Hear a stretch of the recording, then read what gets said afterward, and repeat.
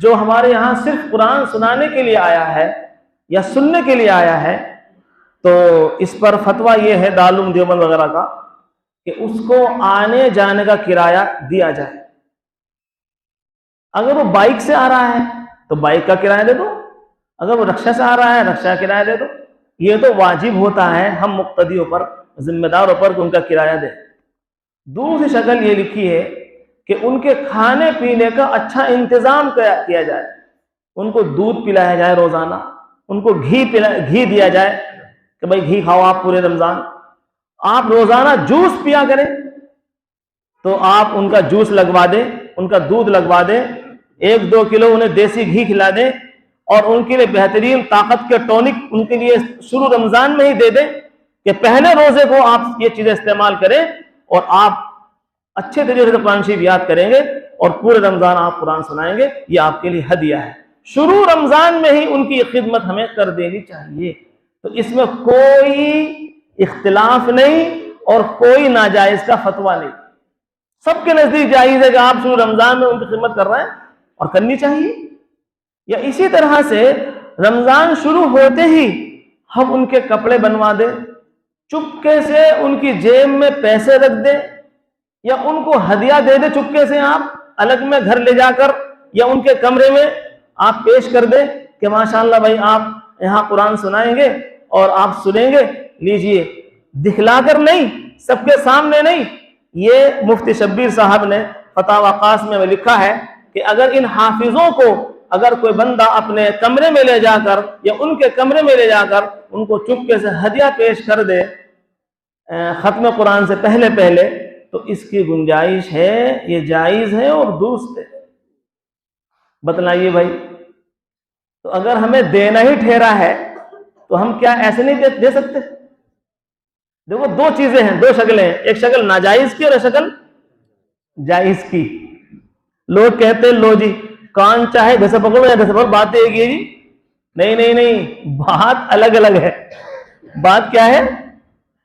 लोग इन बारीकियों को नहीं समझते, इन बारीकियों को उलमा समझते हैं। लेकिन अगर कोई बंदा हमारी मस्जिद में इमामत करता है और मुस्तकिल इमाम है या मुस्तकिल मुअज्जिन है और वही अगर कुरान सुने और सुने, तो अगर मुस्तकिल इमाम है या मुअज्जिन है, वो अगर कुरान सुनाता है या सुनते हैं, तो उनको पूरे रमजान भी देना जायज है और जब खत्म कुरान हो तब भी देना जायज है। और खूब दो। इस इमाम को, जो मुस्तकिल इमाम हमारे यहाँ है, मुस्तकिल मुअज्जिन हमारे यहाँ है, इसे देना चाहिए। इसकी तनख्वाह में इजाफा करना चाहिए। अगर इसकी तनख्वाह 10,000 है तो 40,000 दो इसको, 50,000 दो इसको, क्योंकि इसने पूरे साल हमारे यहाँ खिदमत अंजाम दी है और 10,000 में इसका भला होने वाला नहीं। लिहाजा ईद के मौके पर, रमजान के मौके पर हम इसकी खूब मदद करें और खूब हदिया पेश करें ताकि इमाम और मुअज्जिन हमारी तरह से अच्छी ईद कर सकें और इनके बच्चे भी अच्छे तरीके से ईद कर सकें और ये भी अपने कपड़े वगैरह बनाए। तो ये शक्ल जायज है। ये शक्ल कहाँ लिखी है? फतावा कासिमिया में। फतावा कासिमिया जिल्द नंबर 8 सफ़ा नंबर 424, किताबुन नवाजिल, मुफ्ती सलमान साहब शाही मुरादाबाद वालों की, जिल्द नंबर 5 सफ़ा नंबर 152। और इसी तरह से फतावा महमूदिया जिल्द नंबर 17 सफ़ा नंबर 75, फतावा रहीमिया जिल्द नंबर 4 सफ़ा नंबर 427। इन 4 किताबों के अंदर मसला लिखा है। लिहाजा हम इन जायज शक्लों पर अमल करें और जो शक्लें नाजायज हैं उनसे बचें। ये मसाइल जो मैं बयान कर रहा हूं, मुझे एक साल इसका वास्ता पड़ा। वो ये कि यहीं एक मीनारा मस्जिद पतियापाड़े में एक इमाम साहब कुरान सुना रहे थे। मैं चौराहे पर घूम रहा था तरावी पढ़ने के बाद, तो देखा सारे मुक्तदी लोग जूस के ठेले पर जूस पी रहे हैं, शरबत पी रहे हैं, और ये हाफिज जो कुरान सुना रहे थे, ये उनके सामने वो निकले चले जा रहे हैं और कोई इन्हें जूस पिलाने तक को तैयार नहीं हुआ। तो मुझे अफसोस हुआ कि जिस इमाम ने सुबह से लेकर शाम तक कुरान पढ़ा, इसका हलक भी सूख गया होगा बेचारे का, इसने 1.5 पारा पढ़ा तरावी के अंदर, इसका हलक सूख गया होगा, ये तो बेचारा बगैर पिए गुजर रहा है। और ये मुक्तदी, ये तो खामोश खड़े रहे, ये तो सुनते रहे और ये जूस पी रहे। हालांकि जूस की जरूरत इनको नहीं थी, जूस की जरूरत इस इमाम को थी और उस सुनने वाले को थी।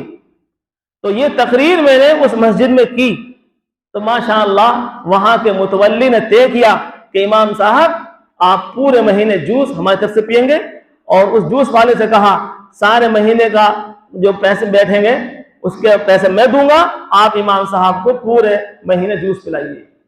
तो माशाअल्लाह उन इमाम साहब का पूरे महीने जूस लग गया था और दूध भी लग गया, और मुक्तदियों ने शुरू रमजान से ही उन्हें कपड़े देने शुरू कर दिए। तो देखो ये शक्लें जायज होने की है। इसी तरह से जो हाफिज हमारे यहाँ कुरान सुनाने के लिए आया है या सुनने के लिए आया है, तो उसके लिए अगर हम कुछ आखिर में भी देना चाहते हैं तो उसका ही हीला फतावा महमूदिया में और फतावा रहीमिया में ये लिखा है कि उस हाफिज के जिम्मे मस्जिद का कुछ काम लगा दिया जाए। मिसाल के तौर पर उससे कह दिया जाए कि आप जो है 1-2 वक्त की फर्ज नमाजें पढ़ा दें। जो मुस्तकिल इमाम वो तो पढ़ाएंगे, लेकिन जोहर असर की आप पढ़ा दिया करें या ईशा के फर्ज आप पढ़ा दिया करें।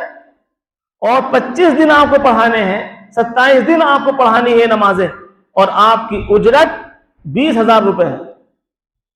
ये तय करके उनको देना जायज है। या आप उनके जिम्मे अजान लगा दें कि 2-4 वक्तों की अजान आप पढ़ा करेंगे और इतने दिन पढ़ेंगे और इतने पैसे मिलेंगे, तो वक्त भी तय हो और उसकी उजरत भी तय हो। ये 2 चीजें तय करके आप सामे को और कुरान सुनाने वाले को पैसे दे सकते हैं और वो ले सकते हैं उस काम की, उस तनख्वाह की वजह से।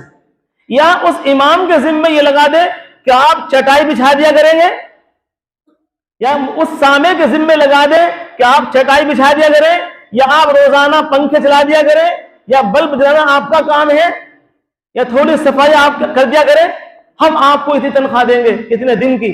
ये उनके जिम्मे में काम लगाकर कि तनख्वाह तय करके उनके हवाले कर दे, तो इसकी भी गुंजाइश हजरात मुफ्तियान इकराम ने, कुछ मुफ्तियान इकराम ने दी है। लिहाजा हम इस पर अमल कर सकते हैं। अल्लाह ताला हमें सही अमल की तौफीक अता फरमाए।